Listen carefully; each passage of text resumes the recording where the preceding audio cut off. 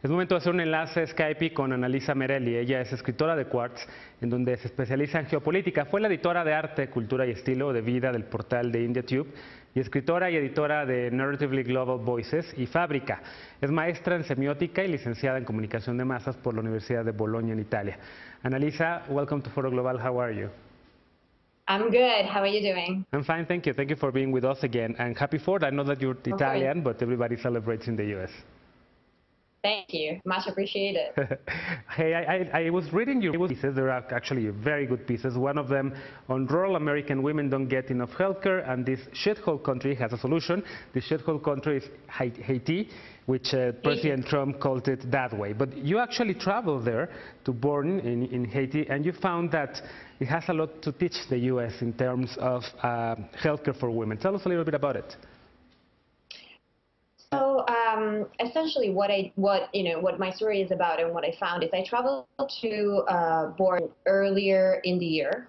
In fact, it was shortly after Donald Trump had called Haiti a shithole country, and I went because I had heard of this organization that's called Hope, which had essentially implemented for in a relatively brief period of time a series of mobile clinics and just generally speaking a broad healthcare system that had a strong community support. And so with literally very, very limited resources, some of the most limited resources you could have anywhere in the world, really, they were able to cover an incredibly vast territory that is very remote, with very poor roads. People don't have, they don't have means of transportation. So, most people just walk. And so they went from, if you had gone there just 10 years ago, there was one hospital that was the hub in the city of Born, and then the entire commune, which is pretty large and somewhat, mountainous and rural, would extend several hours of walk from there. And so particularly when it comes to maternal health, say you're a pregnant woman, you are not going to walk 9 hours to go see the doctor in the hospital. First of all, you may not even know that there is a doctor and there is a hospital. And second of all, it's just too strenuous. And so what they did is they created a system where they have mobile clinics that go out routinely. And they sort of like meet people halfway.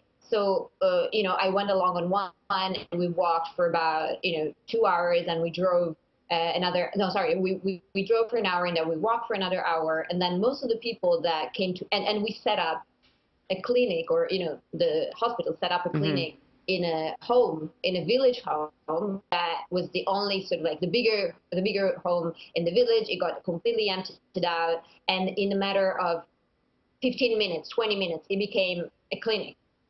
And, who is financing these mobile clinics? So I think there's several streams of revenue.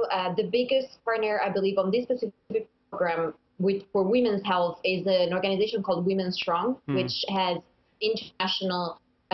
several international operations, and they're all focused on reproductive and female health.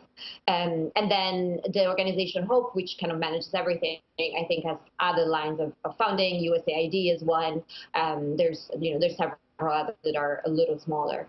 So what was very interesting to me is that the way that all of this has been built is not like independent. It's not like a Western organization sort of parachuting themselves in, setting up a system and running it, efficiently or otherwise. It was all built with the support of existing, existing community role and positions and leaders. And so you had, women who had acquired levels of respect and leadership within the community who are animatrices, and they are the ones who are in charge of letting people know that there is a clinic coming to their, to come into their village, or the village that's a few hours away from there. And so the coverage that they managed to have was outstanding. When I was there, they did routine checks for most of the people. That included HIV and syphilis testing. There were about 120 people, none of them was positive. They all knew to come back in 3 months, so they try and repeat the testing every 3 or 6 months. There were a few pregnant women, and they all sort of like had been monitored through their pregnancy to know whether or not they had at-risk pregnancies. They were going to go to the hospital before they delivered. So all that really dramatically cut, the incidence of maternal mortality, even morbidity, really. Sure. And essentially gave them a chance to provide healthcare in an extremely rural. It's an incredible piece. I really recommend it. But we also need to talk about a second piece that you wrote, in which you realize that, of course, in the United States, there's a lot of variation in the life expectancy. If you live in the Northeast, probably in a state like New York, your life expectancy is bigger than or longer than the one if you're in Dakota.